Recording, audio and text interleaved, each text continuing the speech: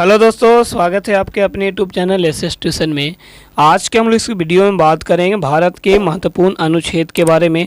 आज का जो ये वीडियो है ये संविधान का पार्ट 6 वीडियो है। कौन से वीडियो होगा? पार्ट 6 छठा वीडियो है आपको। इससे पहले हम आपको संविधान के पाँच वीडियो है, ठीक है, संविधान से रिलेटेड 5 वीडियो, जैसे मैं आपको बताए संविधान के परिचय, निर्माण प्रक्रिया, ठीक है, इसके बारे में, अनुसूची के बारे में बताया, स्रोत के बारे में बताया, ठीक है। तो ये हम आपको पहले वीडियो करा चुके हैं। अगर वो नहीं देखे हैं तो वीडियो जा करके आप ज़रूर देखिएगा, ठीक है। चलिए वीडियो को शुरुआत करते हैं। कहेगा मूल संविधान में कुल कितने अनुच्छेदों की संख्या? तो 395 अनुच्छेदों की संख्या। टोटल कितने बाबू? 395 अनुच्छेद है। देखो अभी भी वर्तमान में 395 अनुच्छेद है, लेकिन इसमें जब संशोधन किया गया तो इसको में, ठीक है, 4 का ए, 4 का बी, 19 का ए, ठीक है, इस प्रकार से आपको जोड़ दिया गया। ए 51 की ए, तो ए बी सी करके इसको में जब मात्रा बढ़ाया गया ना, तो ये टोटल अब जो बढ़ करके हो गई 450 प्लस अनुच्छेद हो गए हैं, ठीक है। लेकिन मूल रूप से जो अनुच्छेदों की संख्या कितना है? 395 ही है। क्लियर? चलिए नेक्स्ट बात हम लोग देखते हैं। यहाँ से देखो नेक्स्ट क्या है। तो इधर में अगर हम बात करें प्रथम अनुच्छेद में कि किसकी बात किया गया, तो याद रखना, कहेगा प्रथम अनुसूची में, अनुच्छेद में, तो भारत राज्यों का संघ है। देखो भाग 1 हो गया, इसके बाद कहेगा अनुसूची 1, ठीक है, अनुच्छेद 1, तो सब में सेम बात कहा गया कि भारत किसका संघ है? राज्यों का संघ है। पहले 29 राज्य थे, अब वर्तमान में कितने राज्य हैं? 28 राज्य हैं। वो अब 28 एक कमा कौन? तो जम्मू कश्मीर, आपको पता होगा धारा 370 के तहत आपका ये हट गया है ना। चलिए आर्टिकल 2 में अगर बात करें तो राज्य के निर्माण, राज्य के नवनिर्माण की प्रक्रिया आर्टिकल किसके तहत की जाती है? तो अनुच्छेद 2 के तहत की जाती है। क्लियर हो गए? चलिए अब आगे अगर हम बात करें बाबू, आपको आर्टिकल अनुच्छेद जो 3 के, अब राज्य के निर्माण कर दिए, स्थापना कर दिए ना, ठीक है, तो राज्य को कोई नाम दीजिएगा ना जी, तो नाम, क्षेत्र एवं विनिर्माण की प्रक्रिया, पुनः संशोधन करके निर्माण की प्रक्रिया जो है, ठीक है, ये आर्टिकल 3 को है। किसके तहत की जाती है?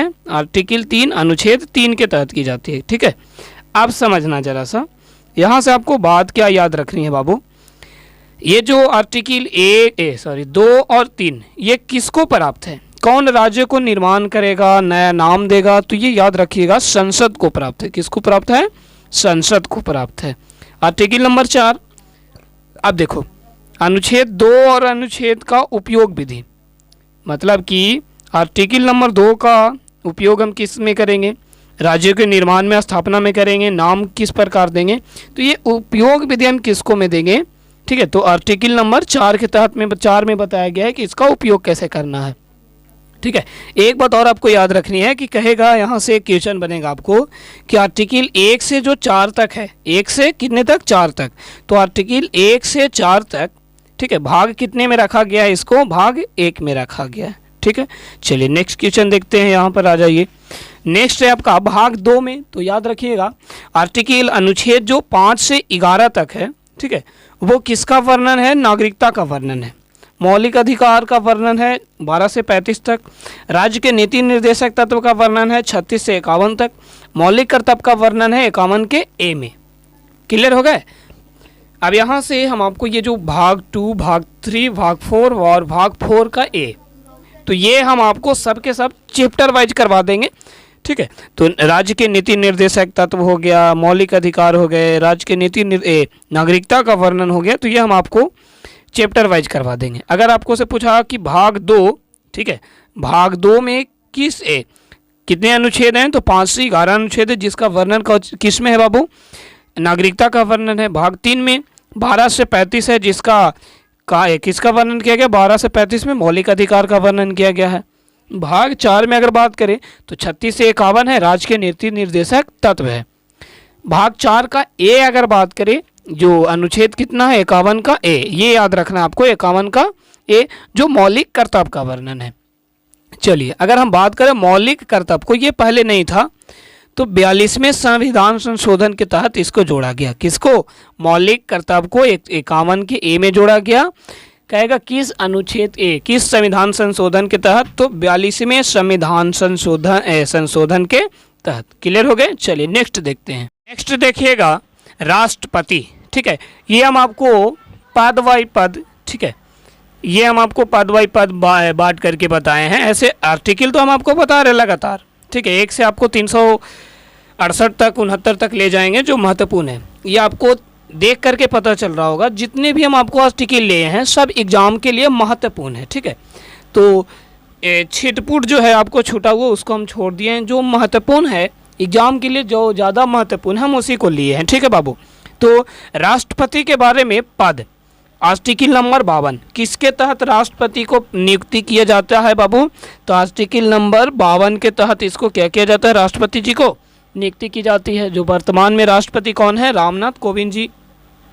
53 में अब राष्ट्रपति के नियुक्त कर दिए तो इनको क्या करेंगे? कार्यभार देंगे ना। ठीक है, कि आपको काम क्या क्या करना है। अब देखो, अभी जो हम आपको बात बताए कि आर्टिकल 52 के तहत राष्ट्रपति को नियुक्ति करेंगे, पद देंगे। ठीक है, 53 के तहत उनकी शक्ति का बंटवारा करेंगे और 54 के तहत उनका क्या करेंगे? निर्वाचन करेंगे। ठीक है, निर्वाचन करेंगे, इसके बाद पद देंगे। इसके बाद अब बाबू यहाँ पर देखो तो राष्ट्रपति की नियुक्ति कर दिए, तो नियुक्ति के बाद जो आपका आएगा, अब इनको हटाना, मान लेते कोई गलत काम कर रहे हैं ये, ठीक है, तो इनको हटाना भी तो है। हटाने की प्रक्रिया यानी कि महाभियोग किस अनुच्छेद के तहत है? आर्टिकल नंबर 61 के तहत। क्लियर हो गए। चलिए नेक्स्ट देखते हैं, क्षमादान की शक्ति। एक बात हमेशा ध्यान रखना, अगर मान लेते हैं सुप्रीम कोर्ट जो है, ठीक है, वो अगर आपको फांसी की सज़ा सुना दे, ठीक है, सॉरी पीएम नहीं, सुप्रीम कोर्ट अगर आपको फांसी की सज़ा सुना दे, अगर आप राष्ट्रपति जी के गुहार लगाइएगा कि हमको फांसी की सज़ा माफ़ किया जाए, ठीक है, हम क्या हैं? अपराधी नहीं हैं। ठीक है, ऐसे जो भी हो, अगर आपको राष्ट्रपति कह दिए कि चलिए इनको फांसी की सज़ा नहीं देना है, क्षमादान किया जाता है इनको, ठीक है, तो ये आपको क्षमा भी मिल सकती है, फांसी की सज़ा नहीं मिल सकती। जरूरी नहीं कि फांसी ही होगा, आपको कोई भी प्रक्रिया में क्षमादान आपको दिया सकता है। अनुच्छेद कौन? अनुच्छेद 72 किनके द्वारा? राष्ट्रपति के माध्यम से। किनके माध्यम से? तो राष्ट्रपति के माध्यम से। क्लियर हो गए। आर्टिकल 85 क्या कहता है? लोकसभा का विघटन पीएम की सहायता से। राष्ट्रपति अगर चाहे तो लोकसभा का क्या कर सकते हैं? विघटन कर सकते हैं, लेकिन किसके माध्यम से विघटन कर सकते हैं? तो प्रधानमंत्री जी के माध्यम से। किनके माध्यम से? तो प्रधानमंत्री जी के माध्यम से। इसके बाद आर्टिकल नंबर 123 अध्यादेश जारी कर सकते हैं। अब अध्यादेश क्या होती है बाबू? ठीक है, अगर मान लिया जाए ये अध्यादेश कब लागू करेंगे? 123 अनुच्छेद के तहत आपातकालीन स्थिति में कानून निर्माण करना। अध्यादेश का मतलब क्या होती है? तो आपातकालीन स्थिति में कानून निर्माण करना। कौन निर्माण कर सकते हैं? राष्ट्रपति। यहाँ तक क्लियर हो गए। लेकिन अब इसको में समझना, अब अध्यादेश आपातकालीन कब ये लागू करेंगे? अगर मान लिया जाए किसी कारणवश से लोकसभा राज्यसभा कार्यशील ना हो, ठीक है, और वहाँ पर कौन? केवल राष्ट्रपति ही, प्रेसिडेंट ही उपस्थित हो, तो वो पूरा का पूरा कार्यभार कौन संभालेंगे? आपका राष्ट्रपति संभालेंगे। वहाँ पे नियम कानून भी लागू कर सकते हैं। कौन? राष्ट्रपति। अनुच्छेद किसके तहत? 123 के तहत। क्लियर। अब 143 में देख लीजिए 143, तो सुप्रीम कोर्ट को सलाह ले सकते हैं। सुप्रीम कोर्ट से क्या ले सकते हैं? सलाह ले सकते हैं। लेकिन यहाँ पर बात याद रखना, सुप्रीम कोर्ट से तो सलाह ले सकते हैं परंतु मानने को बाध्य नहीं है। कोई भी सलाह ले सकते हैं राष्ट्रपति जी, ठीक है। सुप्रीम कोर्ट के जो जज होंगे, ठीक है, चीफ जस्टिस जो होंगे बाबू, ठीक है, तो ये जो चीफ जस्टिस जो होंगे ये सलाह तो देंगे, लेकिन राष्ट्रपति को मानने के लिए वो सलाह को बाध्य नहीं है। बाध्य मतलब समझ में आ रहा है? ये नहीं कि ज़बरदस्ती जो ये सुप्रीम कोर्ट के जो न्यायाधीश होंगे वो ज़बरदस्ती कहेंगे कि हम जो सलाह दिए हैं वो आपको मानना ही पड़ेगा, ठीक है, लेकिन ऐसा संभव नहीं है। सलाह ले सकते हैं लेकिन मानने को बाध्य नहीं है। क्लियर हो गए। तो एक बार फिर से हम रिकॉल करते हैं। आर्टिकल नंबर 52 पद, 53 बताइए मेरे साथ साथ शक्ति, 54 बताइएगा निर्वाचन, 61 बताइएगा महाभियोग, बहुत बढ़िया, 72 बताइए क्षमादान की शक्ति, 85 बताइएगा लोकसभा का विघटन किसके माध्यम से? अरे प्रधानमंत्री के माध्यम से। 123 क्या है? अध्यादेश जारी कर सकते हैं, आपातकालीन स्थिति में कानून निर्माण कर सकते हैं। 43 क्या है, आपको सुप्रीम कोर्ट से सहायता ले सकते हैं लेकिन मानने को बाध्य नहीं है। अब चौथा देखो, उपराष्ट्रपति वाइस प्रेसिडेंट के बारे में अगर हम बात करें, ठीक है, तो आर्टिकल नंबर 63 के तहत, आर्टिकल नंबर किसके तहत बाबू, 63 के तहत इनकी पद की व्याख्या कर सकते हैं। किनके, तो पद, उपराष्ट्रपति की नियुक्ति हम किसके तहत कर सकते हैं, तो आर्टिकल नंबर 63 के तहत इनको पद, ठीक है, पद का वर्णन है। आर्टिकल नंबर 64 में किसका वर्णन है, तो याद रखिएगा राज्यसभा के सभापति का कार्य करते हैं। एक बात याद रखना, राज्यसभा के जो सभापति होते हैं, हेड जो होते हैं, वो कौन होते हैं, तो वाइस प्रेसिडेंट होते हैं। कौन होते हैं, वाइस प्रेसिडेंट होते हैं।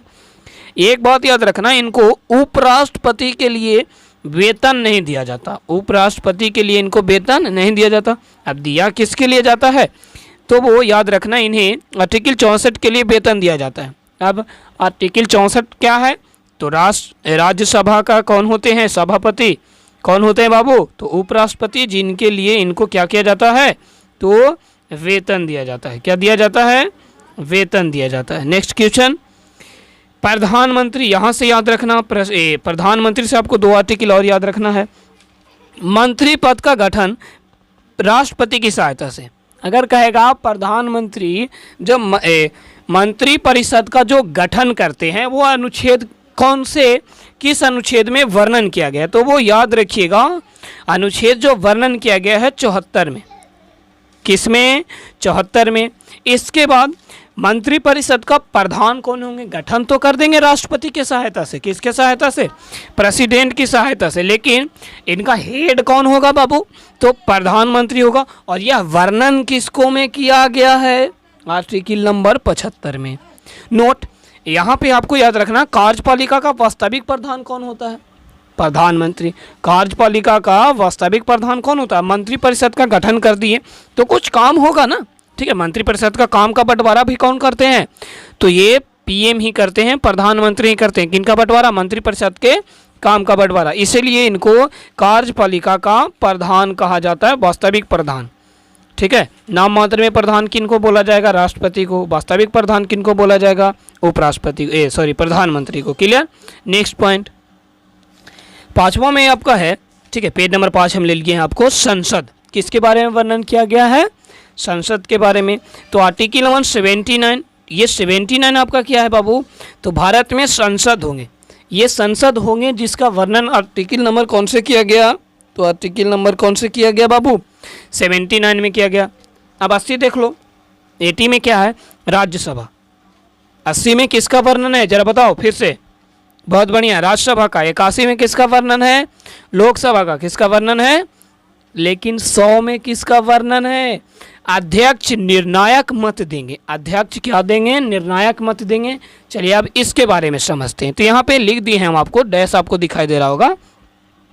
यदि किसी मुद्दे पर लोकसभा और राज्यसभा का मत 50-50% हो, मतलब कि आधा वोट लोकसभा का और आधा वोट राज्यसभा का हो, ठीक है, तो आधा वोट लोकसभा आधा वोट राज्यसभा का होगा, तो उसको में जो लोकसभा के स्पीकर होंगे, जो लोकसभा के अध्यक्ष होंगे, ठीक है, अध्यक्ष महोदय क्या करते हैं, 2 बार महोदय महोदय लिखा गया, महोदय निर्णायक मत देंगे और विजेता को घोषित करेंगे। अगर मान लिया जाए जैसे आप राज्यसभा में 5 वोट दिए, ठीक है, कोई दूसरा कोई आकर के लोकसभा में 5 वोट दे दिया, अब बीचवा में कौन बैठल है बाबू, यहाँ पर स्पीकर महोदय बैठे हुए हैं, तो ये वोट अगर मान लेते हैं लोकसभा की तरफ दे देते हैं तो लोकसभा जीत जाएगा। लेकिन अगर यही वोट आपको राज्यसभा की ओर दे देते हैं तो ये जीत जाएंगे, ठीक है। इसी को हम बोलते हैं क्या बाबू, निर्णायक मत। कौन देते हैं, लोकसभा स्पीकर देते हैं, ठीक है। वर्णन किसको में किया गया, 100 में। आपको 100 ज़्यादा याद महत्वपूर्ण है नहीं, ठीक है, आप ज़्यादा भूलिएगा भी नहीं। तो 100 है तो 100 को आधा भाग में बांट दो, 100 को 2 भागों में बांट दो, 50/50 करके। तो ये 50/50 क्या, लोकसभा का वोट और राज्यसभा का वोट, ठीक है। अगला 105 आपको क्या याद रखनी है, संसदीय विशेषाधिकार की प्राप्ति। संसद को कुछ विशेष अधिकार दिया गया है, यह वर्णन किसको में किया गया, तो आर्टिकल नंबर 105 में। बहुत बढ़िया, किसमें, 105 में। देखना 108 संयुक्त अधिवेशन, ठीक है, कौन से, तो संयुक्त अधिवेशन। अब संयुक्त अधिवेशन में समझना, संयुक्त अधिवेशन आपको किसमें वर्णन किया गया, तो अनुच्छेद नंबर कौन से, अनुच्छेद नंबर 108 में। अब इधर जो संयुक्त अधिवेशन है, चलिए हम इसके साथ देखते हैं। तो संयुक्त अधिवेशन 108 यहाँ से समझना थोड़ा सा, आपको ज़्यादा भारी तो नहीं है। लोकसभा राज्यसभा दोनों की साथ साथ बैठक, संयुक्त अधिवेशन का अर्थ ये हुआ, ठीक है, अगर कोई मुद्दे पर आपको बात करनी है, ठीक है, जैसे मान लिया जाए, चलिए राज्यों का निर्माण करना है, ठीक है, तो इसको में राज्यसभा भी भाग लेते हैं और लोकसभा भी भाग लेते हैं। तो ये जो दोनों की बैठक होती है वो क्या कहलाता है, संयुक्त अधिवेशन कहलाती है। और ये वर्णन किसको में किया गया, तो 108 में। अब 110 देखना, 110 आपका क्या है बाबू, कैंसल। 110 क्या है, 110 जो है आपका ये 110, हाँ, धन विधेयक, ठीक है, कौन सा बाबू, तो धन विधेयक के बारे में बात किया है। अब यहाँ पे नोट में थोड़ा सा देख लो, अभी हम आपको बताया संयुक्त अधिवेशन में कौन कौन बैठते हैं, तो लोकसभा भी बैठते हैं और राज्यसभा भी बैठते हैं, लेकिन ये दोनों को बुलाता कौन है, ठीक है, अपने मन के मौजी तो है नहीं कि ये दोनों आ जाएंगे, तो इनको बुलाते कौन है, तो राष्ट्रपति बुलाते हैं, लेकिन अध्यक्षता ये नहीं करते। अध्यक्षता कौन करेंगे, लोकसभा के स्पीकर जो होंगे, ठीक है, स्पीकर जो होंगे यही अध्यक्षता करेंगे, ठीक है।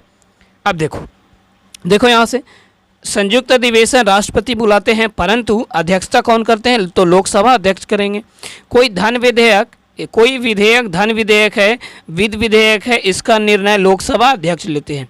कोई विधेयक अभी हम आपको जो बताए, ठीक है, यहाँ पे मिटा देते हैं, इसके बाद बताते हैं। 10 में आपको वर्णन किया गया है कि धन विधेयक, तो ये निर्णय कौन लेंगे कि कोई जो विधेयक आपको दिया गया है वो विधेयक धन विधेयक है, विधि विधेयक है या फिर अन्य कोई विधेयक है, तो इसका जो निर्णय लेगा वो लोकसभा अध्यक्ष लेते हैं। कौन लेते हैं, लोकसभा अध्यक्ष। क्वेश्चन नंबर नेक्स्ट देखो बाबू, चलिए अब 112 के तहत आ जाइए। बजट पेश किया जाता है। अभी हाल ही में निर्मला सीतारमण जी ने, ठीक है, सरकार को, केंद्रीय सरकार को बजट पेश किए, तो ये किन के तहत, 112 के तहत। किसके तहत बाबू, तो वार्षिक वित्तीय लेन देन का प्रावधान है, बजट का अर्थ होता है। ये वर्णन किसको में किया गया है, आर्टिकल नंबर 112 में किया गया है, ठीक है, क्लियर हो गए। आर्टिकल नंबर 116 देख लो, तो आर्टिकल नंबर 116 जो है, ठीक है, आर्टिकल नंबर 116 जो है आपको किसका वर्णन है, जरा पढ़ो तो, लेखा अनुदान का वर्णन है। किसका वर्णन है बताओ, बहुत बढ़िया, किसका वर्णन है, लेखा अनुदान का वर्णन। अब लेखा अनुदान का मतलब क्या होता है, जरा इधर समझो। कह रहा है लेखानुदान जिससे बजट में पेश ना करके अलग से दिया जाता है। लेखानुदान का मतलब क्या होता है, देखो बजट तो पेश कर दिया 112 में, लेकिन जो बजट में जो शेष बची है, छूट गया, उस छूटे हुए भाग को आर्टिकल नंबर 116 कहता है कि अब आप लेखा अनुदान के तहत आप उसको जमा कर सकते हो, केंद्र सरकार को दे सकते हो। 117 में क्या वर्णन किया गया है, वित्त विधेयक का। अभी हम आपको एक बात बताए थे धन विधेयक का। देखो धन विधेयक का वर्णन किसको में, 110 में किया गया, लेकिन याद रखना वित्त विधेयक का वर्णन कहाँ किया गया, 117, 10 का गैप है। 110 में धन विधेयक, 117 में वित्त विधेयक। क्लियर हो गए। चलिए सुप्रीम कोर्ट, तो सुप्रीम कोर्ट सर्वोच्च न्यायालय है। यहाँ पर आपको याद रखनी है सर्वोच्च न्यायालय का गठन किया जाता है ना। सर्वोच्च न्यायालय का जो गठन होगा वो किस अनुच्छेद में वर्णन किया गया, तो 124 में। किस में, 1 to 4 किस में किया गया है, सुप्रीम कोर्ट में किया गया। सॉरी, भारत में जो एससी होंगे, सुप्रीम कोर्ट होंगे, ये वर्णन किसको में किया गया, 124 में किया गया। किसको में किया गया है, 124 में किया गया है। क्लियर हो गए। अब देखो जरा नन का 131, अब किसके बारे में बात करेंगे, 131 मूल आरंभिक अधिकार या क्षेत्राधिकार। अब गठन कर दिए तो साहब तो एक ही बार अधिकार ना दे सकते हैं ना, साहब एक ही बार अधिकार ना देंगे। ठीक है, जैसे अगर मान लेते हैं, चलो आप कोई कंपनी में जॉब कर रहे हो, ठीक है, अब कोई कंपनी में जॉब कर रहे हो, जैसे अगर मान लेते हैं एक छोटा सा आप, ठीक है, कुली का काम करते हो कंपनी में, तो आपको वहाँ के तुरंत तो CEO नहीं बना देगा ना, ठीक है, आपको कुछ लेट लगेगा, आप उसका कंपनी का कुछ लाभ दोगे तब ना उसको आपको आगे प्रमोशन करेगा जी। ठीक है। तो सुप्रीम कोर्ट का अभी गठन किया गया, तुरंत तो नहीं न देगा। तो आर्टिकल नंबर 24 में गठन किया गया 124 में, और 131 में उसको कुछ अधिकार देगा, पूरा अधिकार नहीं देता है, कुछ मूल अधिकार दे देता है उसको। इसके बाद अब अधिकार दे दिया गया तो न्याय भी करेगा ना, काम भी कुछ करेगा ये बेचारा। तो 137 में न्यायिक पूर्वावलोकन या निरीक्षण करेगा। न्यायिक क्या करेगा? पूर्वाविलोकन। पूर्वाविलोकन का मतलब होता है, अगर मान लेते हो कोई निरपराधी जो है, ठीक है, ऐसे एक कथन कहा गया है कि अगर एक अपराधी, एक जो बिना अपराधी किए हुए बेचारा वो जेल में बंद है, अगर आप उसको छोड़ने के लिए 100 अपराधी भी छूट जाते हैं तो वो भारत के संविधान अनुसार सत्य माना जाता है, इंसाफ उसका सही माना जाता है कि कोई जो अपराध होते हैं, अपराध किए बिना अगर वो सज़ा काट रहे हैं तो वो भारतीय संविधान के अनुसार पाप माना जाता है। लेकिन उसी को अगर छोड़ दिया जाए तो उसको क्या किया जाता है बाबू? शुद्ध माना जाता है। उसके बदले में भले ही 100 को, ठीक है, अपराधी छूट जाए। ये आपका संविधान का नियम है। देखो तो आगे जरा कह रहा है 143 में क्या, 143 में क्या बाबू? अभी 143 शायद पहले बताए, क्या बताइए तो? 143 चलो देख लेते हैं एक बार फिर से थोड़ा सा, कोई बात नहीं, गलती होता है। यहाँ पर 143 अच्छा यहाँ पर है, देखो। हाँ, यहाँ पर तो आपको बताए थे 143 आपको क्या था? देखो बाबू 143 जो आपको था, सुप्रीम कोर्ट से सलाह ले सकते हैं कौन? राष्ट्रपति, यही ना बताए थे। चलिए अब देखो जरा सुप्रीम कोर्ट आगे क्या है। सुप्रीम कोर्ट राष्ट्रपति को सलाह दे सकते हैं। राष्ट्रपति वाला में पढ़े थे कि राष्ट्रपति सुप्रीम कोर्ट से सलाह लेंगे, यही वाला बातिया के खाली पलटल है कि सुप्रीम कोर्ट किसको सलाह देगा? राष्ट्रपति को सलाह देगा। क्लियर? नेक्स्ट पेज देखो आपका, ठीक है, ये शायद आपका लास्ट पेज है। यहाँ महान्यायवादी जिसको हम लोग बोलते हैं कैग, क्या बोलते हैं जी? कैग बोलते हैं। क्या बोलते हैं? तो कैग बोलते हैं। 1676 नहीं, आर्टिकल नंबर 76 महान्यायवादी, ठीक है, महान्यायवादी यानी कि कैग। अब ये कैग क्या होती है जरा समझना। तो कैग का मतलब ये होता है कि जो राष्ट्रपति को कानूनी सुझाव देता है, ठीक है। अगर मान लेते राष्ट्रपति को किन्हीं के बारे में ना जानकारी हो, कोई कानून के बारे में, तो इनको जानकारी देने के लिए कौन होते हैं? कैग होते हैं, CAG होते हैं, कैग होते हैं, ठीक है। इसके बाद 148 सीधे आ जाइए। अब आपको अभी हम बताएं महान्यायवादी जो होंगे कानूनी रूप से किसको सुझाव देंगे? राष्ट्रपति जी को। अब गठन भी तो किया गया होगा ना इनको, तो किस अनुच्छेद के तहत? 148 अनुच्छेद के तहत। नोट आपको याद रखनी है कि 76 और 148 में चुनाव राष्ट्रपति ही करेंगे। ये कैग का चुनाव अपने मन से नहीं आ सकते, ठीक है। इसका चुनाव कौन करते हैं? तो खुद राष्ट्रपति जी करते हैं। इसके बाद राज्यपाल, इसके बाद आपको क्या है? राज्यपाल। तो याद रखना आर्टिकल नंबर 152 में राज्यपाल की परिभाषा दी गई है, अर्थात राज्यपाल का वर्णन किया गया है। इसके बाद 153 में बताया गया कि राज्यपाल जो होंगे राज्यों के राज्यपाल होंगे, गवर्नर होंगे। किसका? तो राज्यों के लिए राज्यपाल। ये वर्णन किस में किया गया? 153 में। 54 में राज्यपाल के शक्ति के बारे में दिया गया है। 55 में निर्वाचन के बारे में, और क्षमादान की शक्ति। थोड़ा सा याद करो तो हम आपको बताएं इधर में राष्ट्रपति जी के क्षमादान की शक्ति के बारे में याद है?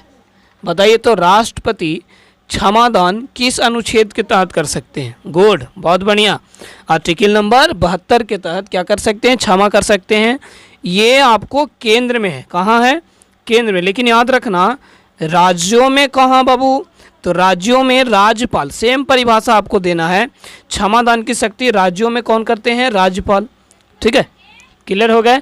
केंद्र सरकार में कौन करेगा क्षमादान की शक्ति में? आर्टिकल 72 के तहत राष्ट्रपति। क्लियर? तो आज की वीडियो हम लोग यहीं पे समाप्त करते हैं। मिलते हैं आपको अगले नेक्स्ट अनुच्छेद वाले वीडियो में, ठीक है। तो अगर वीडियो अच्छा लगा होगा तो हमारे इस छोटे से चैनल को सब्सक्राइब जरूर कीजिएगा। धन्यवाद।